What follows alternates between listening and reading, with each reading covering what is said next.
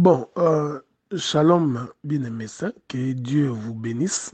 Nous commençons donc, puisqu'on a un peu du temps libre maintenant, nous allons continuer notre enseignement sur l'udonction. OK? Ma prière est que Dieu nous aide afin que nous puissions bien comprendre ce que nous allons dire. Je ferai mon intervention de façon bilingue, donc français et lingala. Et je ferai de mon mieux pour que chacun de nous puisse saisir et comprendre. J'ai naso précisé que nous sommes en train de parler sur l'udonction. Il est important de faire la différence entre l'huile yango moko et l'huile d'onction. C'est très important. Donc il ne faudrait pas qu'il y ait la confusion. OK? Il faudrait éviter qu'il y ait la confusion entre l'huile en lui-même et l'huile d'onction. Donc c'est très important. C'est pourquoi il faut tirer attention par rapport à ce que nous disons. La fois passée, nous avions lu avec vous dans les livres d'Exode. Exode chapitre 30. Je vais donc relire cette écriture. Je commence par le verset 25. OK? Nous pouvons même commencer par le verset 22. Je relis l'écriture. L'Éternel parla à Moïse et dit, prends des meilleurs aromates, 500 cycles de myrrhe, de celles qui coulent d'elles-mêmes, la moitié de 250 cycles de cinnamon aromatique, 200 cycles de roseaux aromatiques, 500 cycles de casses selon le cycle du sanctuaire et un nain d'huile d'olive. Tu feras avec cela une huile d'onction sainte, composition selon l'art du parfumeur. Ce sera l'huile pour l'onction sainte. Écoutez maintenant le verset qui suit, le verset 26. Tu enjoindras la tente d'assignation et l'arche du témoignage, la table et tous ses ustensiles, les chandeliers et ses ustensiles, l'autel des parfums, l'autel des holocaustes et tous ses ustensiles, la cuve avec sa base. Tu sanctifieras ces choses, elles seront très saintes. Tout ce qui les touchera sera sanctifié.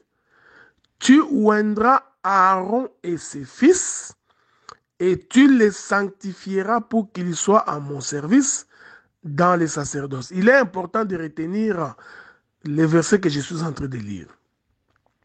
Tu parleras aux enfants d'Israël et tu diras, c'est pour moi, ça sera pour moi. Hein? Lui, donc, ça sera pour moi. Ça, c'est l'Éternel Dieu qui parle. Ce sera pour moi l'huile de l'onction sainte parmi vos descendants. Écoutez maintenant le verset 32. On n'en répandra point sur le corps d'un homme et vous n'en ferez point de semblable dans les mêmes proportions. Elle est sainte et vous la regarderez comme sainte. Quiconque en composera des semblables ou en mettra sur un étranger sera retranché de son peuple. Que le Seigneur vous bénisse. Pambolabino, donc l'écriture, nous l'avons lu. Je vais d'abord répéter clairement pour que chacun de nous puisse comprendre de quoi nous sommes en train de parler. La première personne à qui Dieu a révélé la composition de l'huile d'onction, c'était Moïse. Cela veut dire qu'en dehors de Moïse, personne ne connaissait la composition de l'huile d'onction. OK? Regardez maintenant. L'huile d'onction, nous avions expliqué que c'était une composition de 5 plantes. Je l'ai dit la fois passée, je vais le répéter encore aujourd'hui. L'huile d'onction était composée de myrrhe, elle était composée de cinnamon, elle était composée de roseaux aromatiques, elle était composée de ce qu'on appelle la casse, l'huile de casse, et était composée de l'huile d'olive. Donc, l'huile d'onction est une composition de 5 plantes. Donc, mafuta ya molimo, to epakolami, mafuta ya epakolami. Parce que je vais venir bientôt pour expliquer ce que c'est l'onction. Ezali composé de 5 plantes. Ok? C'est pourquoi je vous avais dit, quand quelqu'un utilise l'huile d'olive comme l'huile d'onction, ça nous pose un sérieux problème parce que nous allons lui poser la question, où sont les 4 autres huiles? Parce que l'huile d'onction est la composition, il y a 5 plantes. Parmi les 5 plantes, on y trouve l'huile d'olive. Sikoyo, soki yo ye kaka na huile d'olive. La question que nous nous posons, où sont les 4 autres plantes qui composent l'huile d'onction? Ok? Je vais encore répéter un autre élément parce que c'est ce qui va nous permettre d'avancer dans la révélation. L'huile d'onction est une composition des plantes. C'est important. Ce n'est pas une composition de l'huile d'animaux. Et à mafuta ngombe te, mafuta ntaba te, ya même te. L'huile d'onction, c'est une composition ya ba mafuta et outi na banzete. Vous voyez, c'est ça l'évangile que nous prêchons. L'évangile que nous prêchons doit nous donner le pourquoi de l'écriture. Pourquoi Dieu n'a pas pris l'huile des troupeaux, pourquoi il n'a pas pris l'huile de la vache, des bœufs ou des chèvres, pourquoi l'Éternel choisit l'huile qui provient, ou l'huile qui provient, pardon, des plantes. Ok? Cette chose-là est importante. Donc, quand tu es en face d'un pasteur qui te dit que ça, c'est l'huile d'onction, il faut lui poser la question de quoi est composée cette huile d'onction. S'il te dit que c'est l'huile d'olive, tu comprends que l'huile d'olive n'est pas l'huile d'onction. Tu as compris ça? Maintenant, ici, dans le livre de Genèse, chapitre 30, à partir du verset 22, tu descends, l'Éternel Dieu a déterminé les lieux de l'application de l'huile d'onction. Est-ce que vous avez lu? Otangit. Nzamba a précisé wapi epai bakoki kopakola mafuta ya molimo to mafuta ya epakolami. Dieu a précisé, il a dit aux enfants d'Israël, voici l'endroit où vous allez appliquer l'huile d'onction. Je suis d'abord en train de répéter comme ça pour que tu comprennes bien les Écritures. Pour comprendre bien.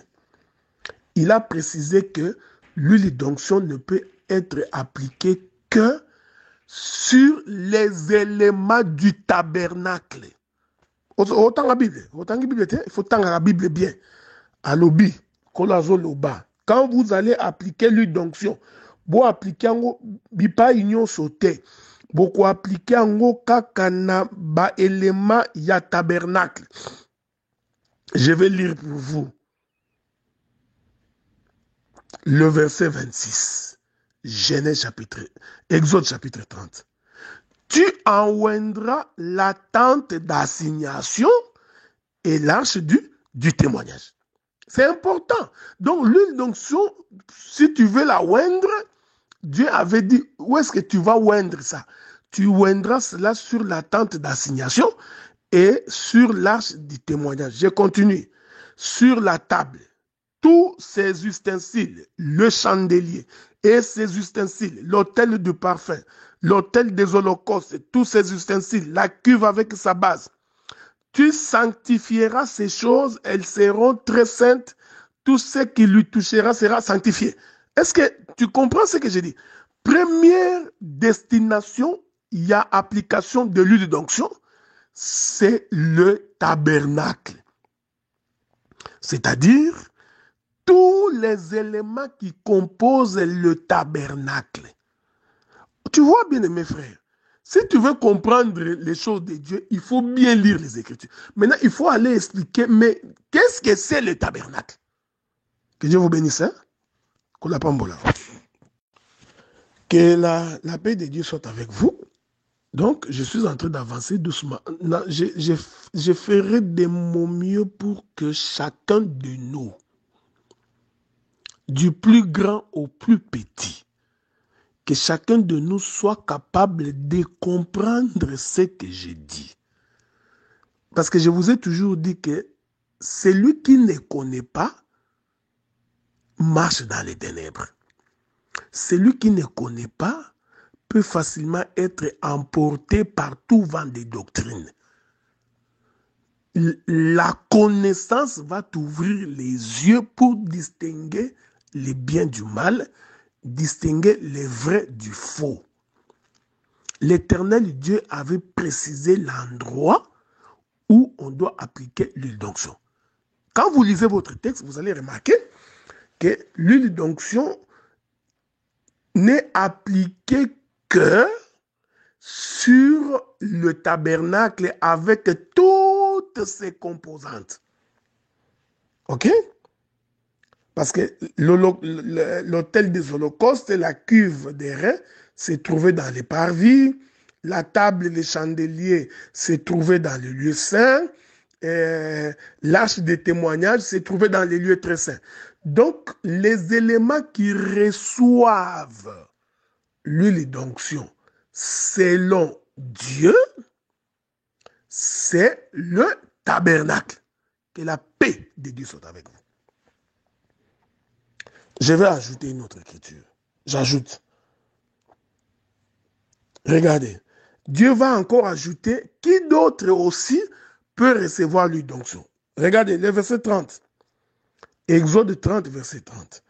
Tu oindras Aaron et ses fils, et tu les sanctifieras pour qu'ils soient à mon service dans le sacerdoce.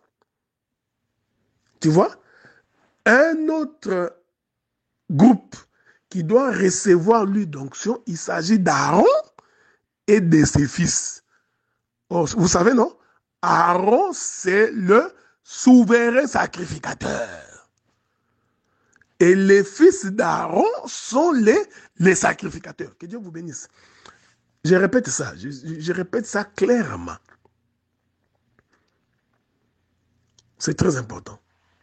Donc, l'huile d'onction ne peut être appliquée que sur Aaron et ses fils, parce que Aaron c'était sacrificateur, ses fils sont des sacrificateurs. En plus, elle doit aussi être appliquée sur les éléments qui composent le tabernacle. C'est-à-dire les éléments du lieu saint, du lieu très saint et du parvis. Répondons très vite à la question. Pourquoi Aaron et ses fils? Parce que Dieu avait dit à Moïse, tu prendras Aaron et ses fils, tu les mettras à part pour qu'ils soient à mon service. C'est-à-dire que Dieu considère que Aaron et ses fils font partie des éléments du tabernacle. Parce que quand le peuple avait des difficultés, quand le peuple voulait sacrifier, quand le peuple voulait écouter Dieu, le peuple venait rencontrer Aaron et ses fils. Le peuple venait rencontrer le sacrificateur. Donc Dieu considère que Aaron et ses fils sont comme les éléments ils font partie du tabernacle. Je voudrais lire une écriture. Souffrez, hein, j'ai fait cette émission-là en français pour permettre également à tous les bien-aimés qui sont avec nous également sur qui n'écoutent pas les Français, hein, parce que nous avons des Haïtiens, pardon, qui n'écoutent pas les Lingala. Nous avons des Haïtiens qui n'écoutent pas le Lingala. Nous avons également d'autres sœurs à Ottawa également qui n'écoutent pas les Lingala, ok? Regardez, je suis dans les livres de... Je suis dans les livres de Exode. Toujours dans les livres d'Exode. Souffrez, hein? Donc, je voudrais lire une écriture là-bas pour vous. Ça va nous permettre de bien comprendre ce que j'ai dit. Prenons les livres d'Exode, je crois le chapitre 28 d'abord. Hein? Exode chapitre 28. Exode chapitre 28. Souffrez, je sens de lire l'écriture, c'est important. Verset 1er. Fais approcher de toi Aaron, ton frère, et ses fils. Prends-les parmi les enfants d'Israël pour les consacrer à mon service dans le sacerdoce. Aaron et les fils d'Aaron, Nadab, Abihu, Éléazar et Itamar. Ok? Donc, je vais continuer. Le verset 3. Tu parleras à tous ceux qui sont habiles, à qui j'ai donné un esprit plein d'intelligence. Ils feront les vêtements d'Aaron afin qu'il soit consacré, qu'il exerce le sacerdoce. Je prends maintenant le chapitre 29. Prenons le chapitre 29 d'Exode. Ok? Nous prenons le chapitre 29. Je voudrais prendre le verset 4. Tu feras avancer Aaron et ses fils vers l'entrée de la tente d'assignation et tu les laveras avec de l'eau. Okay? Vous pouvez également lire tous les versets si vous voulez, pardon, tous les chapitres jusqu'à la fin du chapitre 29. Ça vous donnera toute l'intelligence de ce que nous sommes en train de dire. Ok? Je prends le verset 43 pour conclure et le verset 44. Je me rencontrerai là avec les enfants d'Israël. Ce lieu sera sanctifié pour ma gloire. Je sanctifierai la tente d'assignation et l'autel. Je sanctifierai Aaron et ses fils pour qu'ils soient à mon service dans les sacerdoces. J'habiterai au milieu des enfants d'Israël. Je serai leur Dieu. Il faut retenir le verset que je suis en train de donner. Lorsque l'Éternel est en train de demander aux enfants d'Israël de construire le tabernacle, voyez-vous, dans le verset 45, le Seigneur dit, j'habiterai au milieu des enfants d'Israël et je serai leur Dieu. Dieu considère que le tabernacle au milieu d'Israël, c'est sa propre présence. Je vais le dire autrement. Le tabernacle, c'est Dieu. C'est ce que Dieu dit.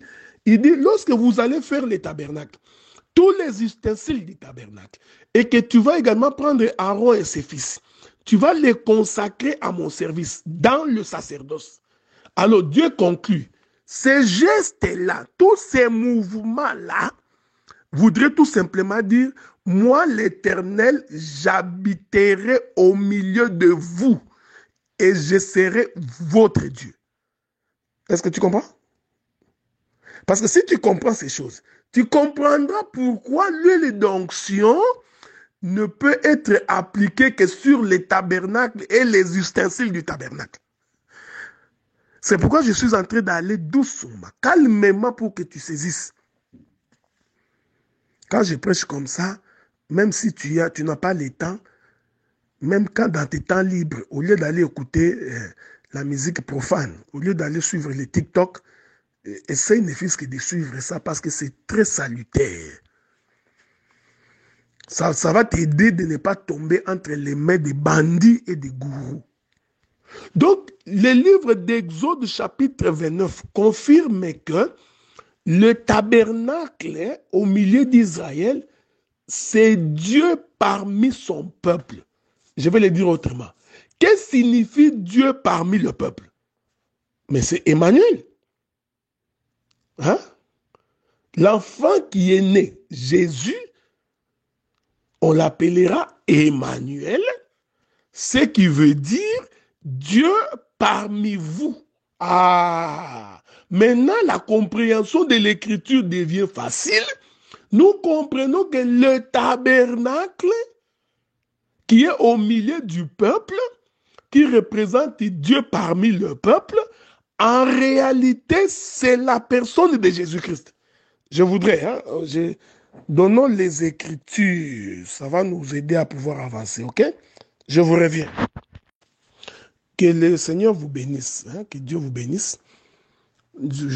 Comme je disais, nous prenons notre temps, nous ne sommes pas pressés, nous sommes en train d'expliquer les choses de Dieu.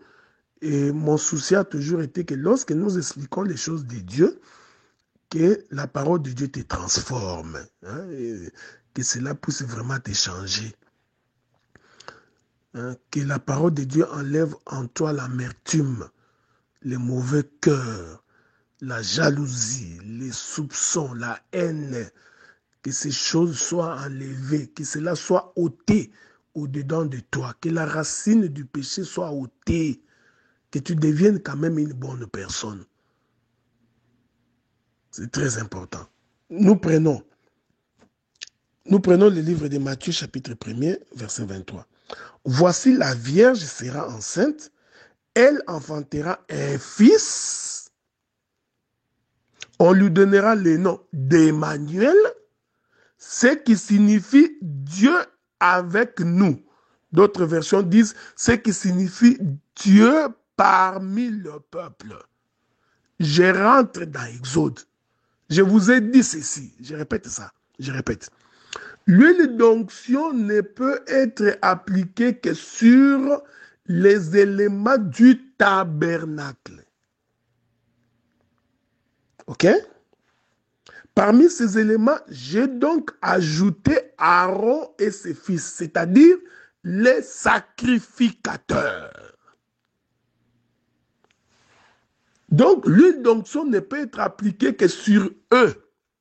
Que le Seigneur de gloire vous aide à comprendre ces choses.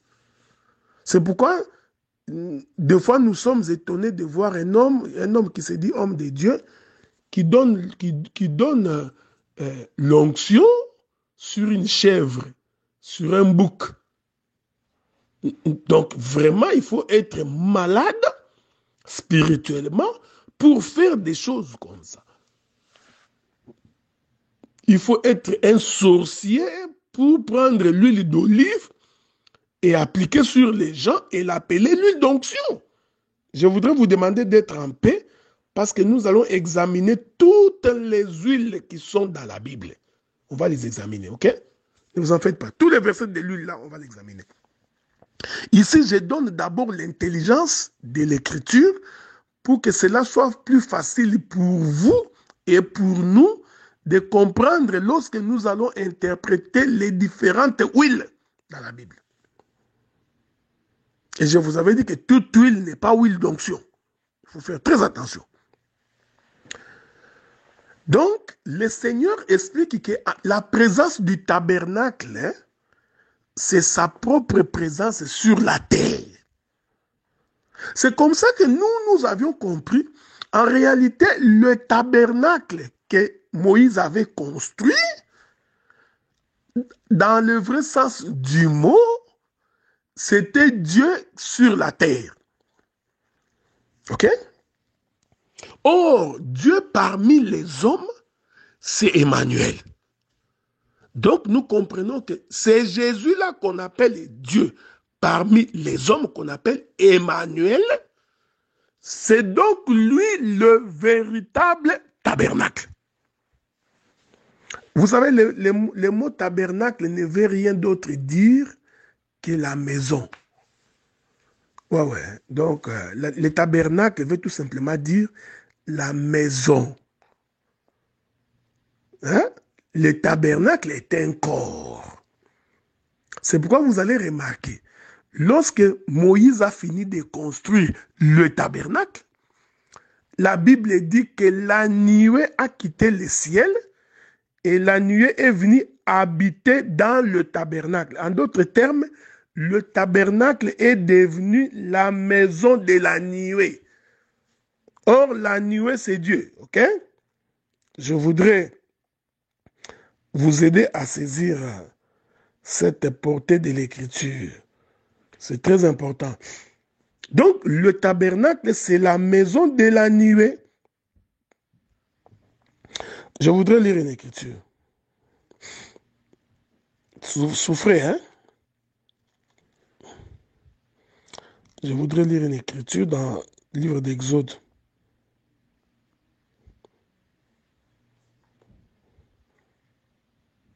Je prends Exode chapitre 40. Prenons Exode chapitre 40.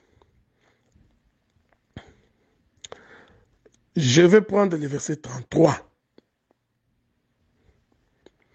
Moïse, il dressa le parvis autour du tabernacle et de l'autel. Il mit les rideaux à la porte du parvis. Ce fut ainsi que Moïse acheva l'ouvrage. Moïse a fini de construire le tabernacle. Est-ce que vous lisez ça? C'est très important. Je ne voudrais pas ici entrer dans des révélations pour ne pas trop vous amener dans les sentiers des prophètes. Donc Moïse finit de construire le tabernacle. La Bible dit c'est ainsi que Moïse acheva l'ouvrage. Ok? Écoutez maintenant le verset 34. Alors la nuée couvrit la tente d'assignation. Cette nuée qui était Dieu, qui conduisait le peuple, qui marchait avec le peuple. Lorsque Moïse acheva de construire le tabernacle, il acheva l'ouvrage, la Bible dit, alors cette nuée qui est Dieu, est-ce que vous comprenez ce que je dis? Va donc couvrir la tente d'assignation et la gloire de l'Éternel remplit le tabernacle. Donc la gloire de l'Éternel est entrée à l'intérieur du tabernacle et cette gloire a rempli le tabernacle. C'est-à-dire c'était l'Éternel Dieu lui-même, qui est la nuée, qui rentre dans le tabernacle. Quel est ce tabernacle? C'est l'ouvrage achevé de Moïse. Est-ce que vous comprenez cela? Je suis tenté de rentrer dans les jardins, mais je préfère rester ici d'abord. Donc, quand l'ouvrage est fini, très bien fait, qu'est-ce que Dieu fait? Dieu vient maintenant habiter dans cet ouvrage. J'ai souffré que je puisse ouvrir une petite exhortation. Dieu, avant de venir habiter dans un homme, Dieu fait d'abord le travail sur l'homme. Parce que l'homme est l'ouvrage de Dieu. Dieu doit d'abord faire un travail sur toi. Il doit d'abord te transformer, te changer, que tu deviennes un homme converti, repentant, qui a abandonné le vol, qui a abandonné les mensonges, qui a abandonné la vie de la cupidité, qui a abandonné la vie de la duplicité. L'homme abandonne tout. L'ouvrage est achevé. Maintenant, qu'est-ce qu'il se fait? Dieu lui-même vient habiter. Est-ce que vous me comprenez?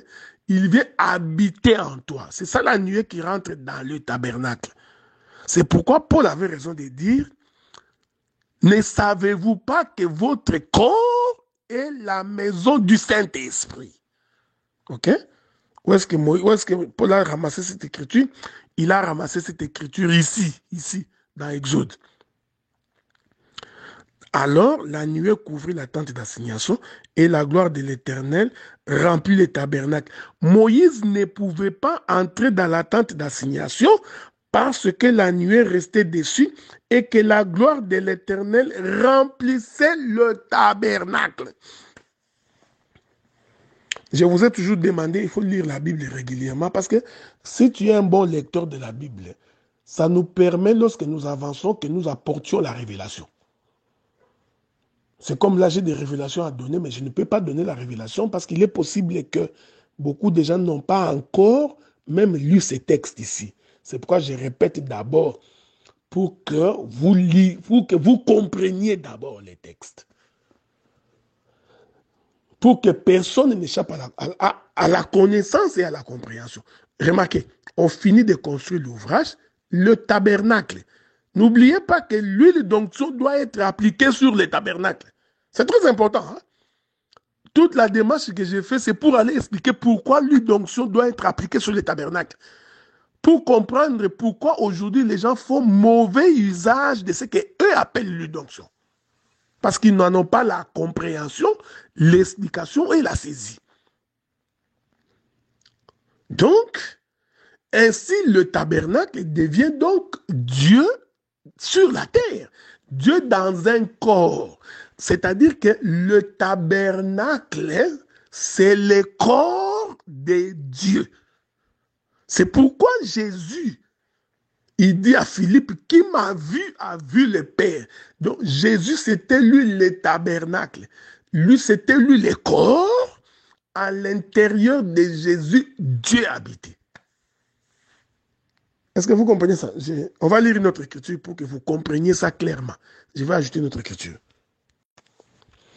Que le Seigneur vous bénisse. Ok? Comme mon bien-aimé Lito m'avait dit, nous continuons encore à manger, à comprendre l'huile d'onction. J'essaie d'être le plus simple possible pour ne pas te donner les mots de tête. Mais c'est comme j'ai toujours dit, quand je prêche comme ça, si quelqu'un ne comprend pas la pensée de l'écriture, il ne faut pas hésiter de me poser la question. C'est pourquoi nous avions été établis ministres pour répondre à vos questions. Même si la question est difficile, ça ne peut pas nous embêter. Et puis nous n'allons même pas nous fâcher parce que vous nous posez des questions. Ok? C'est très important. Nous allons lire une écriture. Colossiens. Prenez le livre de Colossiens dans son chapitre 1er. Colossiens chapitre 1er. Le verset 17. Il est avant tout, là on parle de Jésus, hein? De Jésus. Ok? Je prends, commençons par le verset 15. Il est l'image du Dieu invisible. Ok? Bon, que Dieu vous bénisse. Vous voyez, il est l'image de Dieu invisible. C'est-à-dire que Dieu, lui, il est invisible. Maintenant, Jésus est l'image. Si on veut voir les dieux invisibles, on les voit par son image. Hein? C'est comme prenons un exemple concret. Je te prends en photo. Donc, quand je regarde la photo, je suis en train de voir ton image. Mais toi, tu n'es pas là. Ok? Est-ce que vous comprenez ce que je dis? Donc, je regarde la photo, je vois ton image. Ici, Paul nous fait comprendre que Jésus est l'image du Dieu invisible. C'est-à-dire que si on veut voir Dieu, comme Dieu est invisible, donc Dieu devient visible par son image. Est-ce que c'est difficile à comprendre? Ce n'est pas difficile à comprendre. Ok? C'est-à-dire que Dieu est invisible. Maintenant, pour que Dieu devienne visible, Dieu choisit une image qui nous permet de voir l'invisible. Donc, l'Écriture confirme que Jésus-Christ est l'image du Dieu invisible. Donc, quand on regarde Jésus, ça nous permet de voir celui qui est invisible. Que Dieu vous bénisse. Donc, par le tabernacle, hein, le Dieu invisible est devenu visible. Donc, le tabernacle était l'image du Dieu invisible. Donc, quand on regardait le tabernacle, on pouvait voir Dieu. Ok? Parce que Dieu a dit, lorsqu'ils ont fait le tabernacle, que j'habiterai parmi vous et je serai votre Dieu. Donc, quand on regardait le tabernacle, on voyait Dieu. Donc, le tabernacle représentait l'image visible d'un Dieu invisible. Ok? Je continue. Il est l'image du Dieu invisible. Là, je suis dans le livre de Colossiens, chapitre 2, verset 15. Le premier-né de toute la création. Car en lui ont été créées toutes les choses. Or, toutes les choses ont été créées. Ce n'est pas en Jésus. Quand vous lisez Genèse, toutes les choses ont été créées par Dieu. Donc, nous comprenons que Jésus, c'est Dieu rendu visible. J'aime ces choses. Nous parlerons de la divinité de Jésus un jour. Car en lui ont été créées toutes les choses qui sont dans les cieux et sur la terre. Les visibles et les invisibles, trône, dignité, domination, autorité, tout a été créé par lui et pour lui. Or, quand vous lisez votre Bible, la Bible dit que c'est Dieu qui a créé toutes choses. Mais Paul dit que non, toutes choses ont été créées par l'image du Dieu invisible qui est le Seigneur Jésus-Christ. Donc c'est comme ça que nous confirmons que Jésus est Dieu. Mais ce que les témoins de Jéhovah ne comprennent pas, c'est que Dieu a porté un corps qu'on appelle tabernacle. En d'autres termes, le Seigneur s'est tabernaclé. Donc Dieu s'est fait un corps, et c'est ce corps-là que nous appelons le tabernacle. Et ce tabernacle-là doit vivre parmi le peuple pour attester que Dieu est au milieu du peuple. Et nous avions démontré que le tabernacle, c'est le Seigneur Jésus-Christ. Écoutez maintenant ce qu'il dit. Il est avant toute chose, et toute chose subsiste en lui. Il est la tête du corps de l'Église. Ah, nous comprenons que c'est Jésus-Christ. Il est le commencement et le premier-né d'entre les morts, afin d'être en tout le premier. Écoutez maintenant le verset 19. Car Dieu a voulu que toute plénitude habita en lui. Voilà.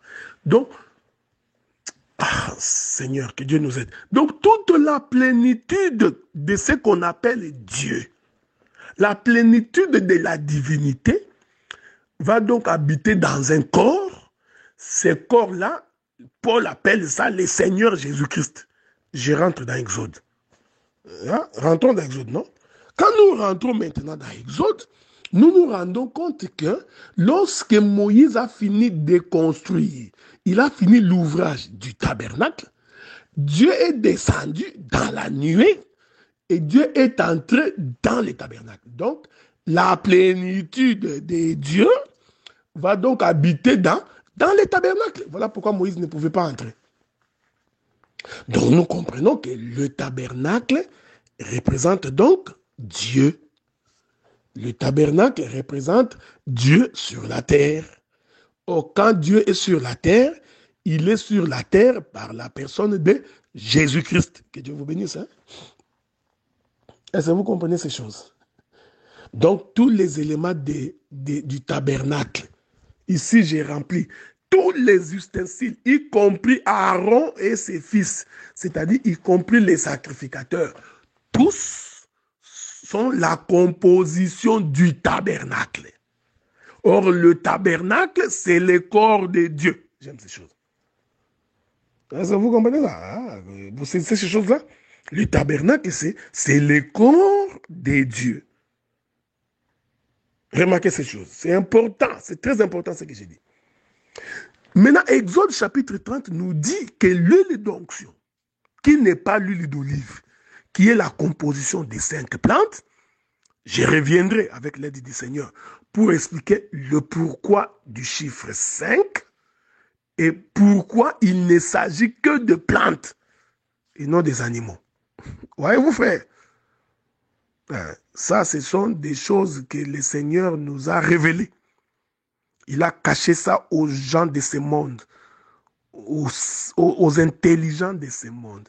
Il a caché ça aux gens qui ont fait l'étude des universités, des gens qui ont fait la théologie, tout ce monde-là, et ne peuvent pas comprendre ces choses. L'Éternel a pris cela, il nous a révélé, nous, ses fils bien-aimés. Voilà pourquoi nous ne cessons de rendre gloire à ces dieux-là qui a jeté les regards sur nous.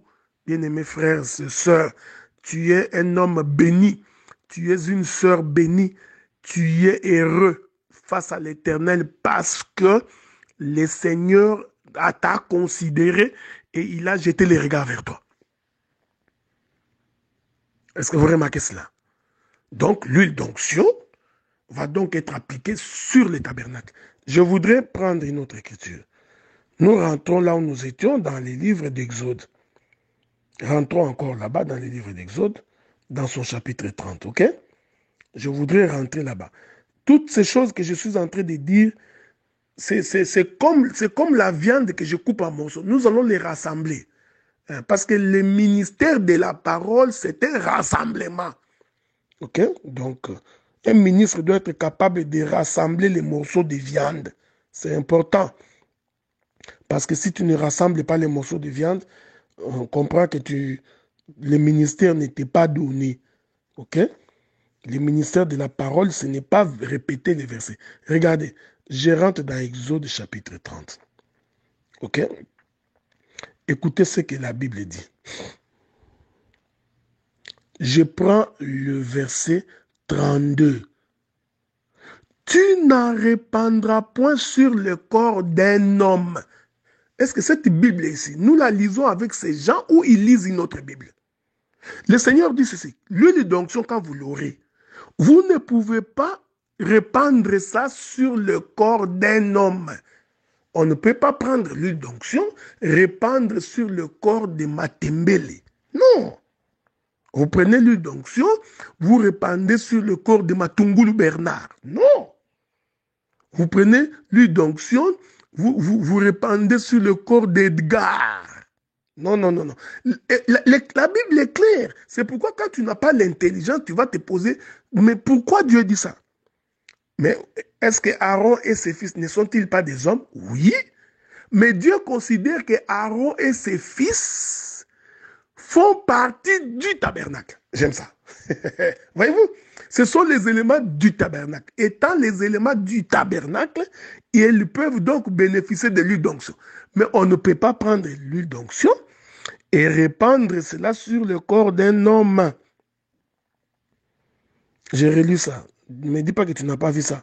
On n'en répandra point sur le corps d'un homme. Et vous n'en ferez point de semblable. Non, tu vois, l'huile d'olive qu'on achète, c'est comme l'huile d'onction. Ce n'est pas comme Dieu interdit de prendre quelque chose de semblable. Dieu interdit, frère. Il interdit. Regardez, le verset 33. Quiconque en composera des semblables. Hein? Donc, bien aimé, comme on n'a pas l'huile d'onction, nous allons aller prendre l'huile de palme. Oh, ça c'est que l'évangile. Je vous reviens, je vous reviens. Je continue. Que Dieu vous bénisse. Nous continuons. Comme l'a toujours dit mon bien-aimé Moïse, Makamboy, Makamboy. Hein? Ces choses ici, il faut les aimer. Hein? Il faut vraiment, si quelqu'un sonde la profondeur de l'écriture, il ne peut que s'exclamer. Comme Paul pouvait dire, oh, quelle profondeur! Quand Paul dit ces choses, ça dit que Paul lui-même réalise la bonté de Dieu. Il lui réalise comment le Seigneur est merveilleux. La profondeur appelle la profondeur. Regardez. Verset 33. Quiconque en composera des semblables. Oh non, bien aimé, tu vois, à cette époque-là, maintenant, où est-ce qu'on va trouver cinnamon? Je suis en train de chercher où je trouverai l'huile de casse. En tout cas, je ne vois pas où je vais trouver cela. Hein? Les roseaux aromatiques, où est-ce que je vais trouver? En tout cas, c'est pourquoi j'ai pris l'huile d'olive qui se vend à Maxi ou dans les supermarchés. Mais Dieu interdit, frère. Il dit, quiconque en composera des semblables ou en mettra sur un étranger. J'aime ça. Le verset précédent dit, on n'en répandra point sur un homme. Le verset qui suit dit, tu ne le mettras pas sur un étranger. Donc nous comprenons, l'homme dont il est question ici, il s'agit d'un étranger. Maintenant tu vois, bon, je ne voudrais pas m'étaler là-dessus, parce qu'il faut encore que nous marchions pour aller expliquer c'est quoi être un étranger. Qu'est-ce que c'est un étranger? Un étranger, c'est un païen. C'est lui qui n'a pas part à l'évangile. C'est ce que Paul dit, nous étions jadis païens, loin de la face de Dieu. Donc un étranger, c'est celui qui est loin de la face de Dieu. Il dit, on n'en mettra point sur un étranger. Celui qui fera ainsi sera retranché de son peuple. Je reprends maintenant. Donc, tu ne peux pas prendre l'huile d'onction. D'abord, il faut que tu en trouves. Ce n'est pas l'huile d'olive. La Bible interdit de l'appliquer sur un étranger. Que la paix de Dieu soit avec vous. Maintenant, je vais essayer de résumer ça pour te permettre de digérer. Parce que nous allons continuer les jeudis de la semaine prochaine. Donc, quand vous lisez votre Bible, vous allez vite comprendre que les domaines réservés, le domaine exclusif, les domaines appropriés de l'application de l'huile d'onction, c'est le tabernacle. Vous êtes d'accord? J'ai expliqué que le tabernacle, en réalité, c'est Dieu sur la terre. En d'autres termes, les domaines réservés où l'huile d'onction doit être appliquée, c'est Dieu, mais c'est Dieu lorsqu'il est sur la terre. Est-ce que vous me comprenez? Parce que le tabernacle, c'est Dieu parmi le peuple. Donc, c'est Emmanuel. Vous comprenez? Cette huile d'onction doit être aussi appliquée sur Aaron et ses fils, considérés comme étant des sacrificateurs. C'est-à-dire, ils ne font plus partie du peuple, ils font partie du tabernacle. Soyez en paix parce que je vais lire les versets plus tard. La Bible qui dit que Dieu a fait de nous un royaume des sacrificateurs. Je viendrai là-bas. C'est comme ça qu'on prend l'huile d'onction, on répand sur cette maison-là. Ok? C'est très important. Et j'ai expliqué que lorsque Dieu est sur la terre, on l'appelle Emmanuel. Maintenant, regardez, je voudrais, pour aujourd'hui, vous donner un verset. Ok? Je vais prendre pour vous donner un verset. Et c'est avec ce verset-là que nous allons devoir probablement clôturer notre intervention d'aujourd'hui pour continuer la semaine prochaine. Ok? Écoutez ce que le psalmiste David dit dans le livre des psaumes. David dit ceci. Souffrez, hein? Je suis dans le livre des psaumes 133. Psaume 133. 133. Ok? Écoutez. Je vais lire ce verset. Je vais essayer de m'étendre un tout petit peu. Mais je vous demanderai de bien lire ce verset quand vous serez à la maison. L'Écriture dit, Cantique des degrés. Le livre des psaumes 133 n'a que 3 versets. Ok? Nous lisons. Cantique des degrés de David. Voici, oh, qu'il est agréable et qu'il est doux pour des frères de demeurer ensemble. Il faut faire très, très, très attention quand vous répétez ces versets-là dans l'église. Bien aimé, la Bible dit qu'il est doux et agréable pour des frères de demeurer ensemble. Faites attention, il faut faire attention parce que dans l'église, quand nous nous assemblons, les sorciers aussi viennent, les voleurs aussi viennent, les inconvertis aussi viennent. Ouais. Je ne suis pas contre les frères, je ne suis pas contre le fait que nous pouvons nous assembler. Ce n'est pas mauvais. C'est d'ailleurs recommandé. Mais il faut faire attention de la manière dont tu es en train de placer les Écritures. C'est pourquoi j'ai toujours dit, il faut faire attention quand tu manipules les ustensiles dans les temples de Salomon. Il ne faut pas prendre n'importe quel verset pour dire n'importe quoi. Écoutez ce que David dit. C'est un cantique de degrés. Il dit, il est doux et agréable pour des frères de demeurer ensemble. Maintenant, il continue.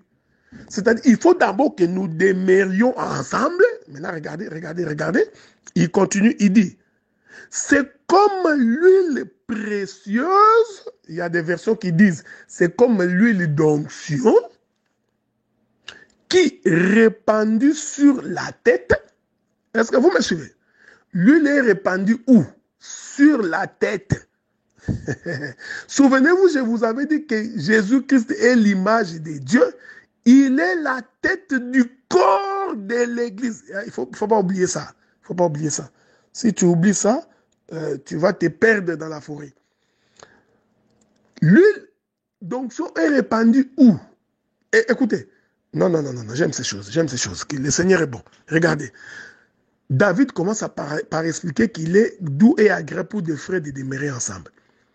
Maintenant, David, quand il regarde les frères demeurer ensemble, en fait, David est en train de voir un homme. Pourquoi? Parce que dans le verset qui suit, le verset 2, il commence à expliquer que c'est comme l'huile d'onction qui est répandue sur la tête. Ah, donc, les frères ensemblés, qui sont ensemble, dont il est dit que c'est agréable et doux de demeurer ensemble, en réalité, ces frères-là forment un homme. Ah, donc ils forment un tabernacle. Je vous avais dit non. C'est pourquoi vous voyez le verset 2, il explique maintenant que c'est comme l'huile d'onction, l'huile précieuse, qui est répandue sur la tête d'un homme. Oh, écoutez, qui descend sur la barbe. Ah, cet homme ce n'est pas une femme.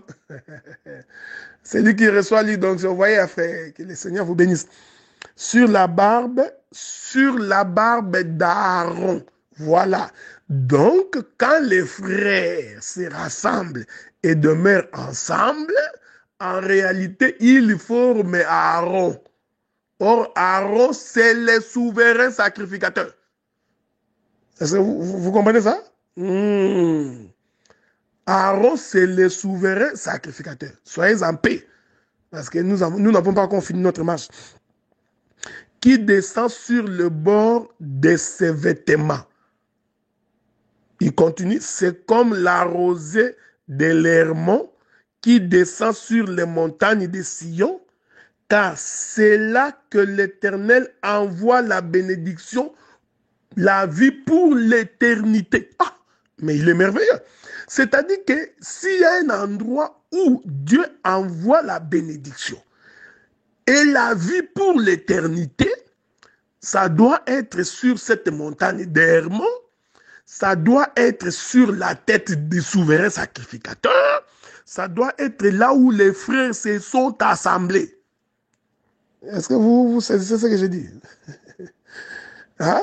Donc, l'huile d'onction, selon le psalmiste David,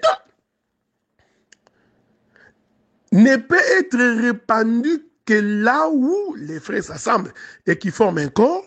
Et David dit, pourquoi il est dit? Il explique, frère, il dit que c'est là où l'huile d'onction est descendue. C'est là que l'Éternel envoie la bénédiction. Virgule. Il définit ce que c'est cette bénédiction. Ce n'est pas les maisons, les voitures. Non. Ici, David définit. C'est quoi cette bénédiction que l'Éternel envoie? Virgule. Il dit la vie pour l'éternité. J'aime ça.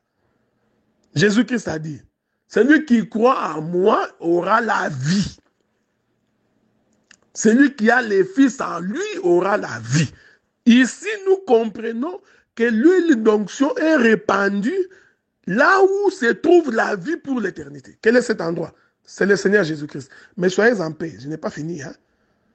Nous sommes en train de marcher pour que vous allez comprendre pourquoi aujourd'hui, on ne peut pas appliquer l'huile physique et appeler cela l'huile d'onction. Que la paix de Dieu soit avec vous. J'ai fini pour aujourd'hui. Nous vous souhaitons donc de passer une bonne nuit. Nous allons nous retrouver demain probablement pour notre prière de jeûne. Ok, merci.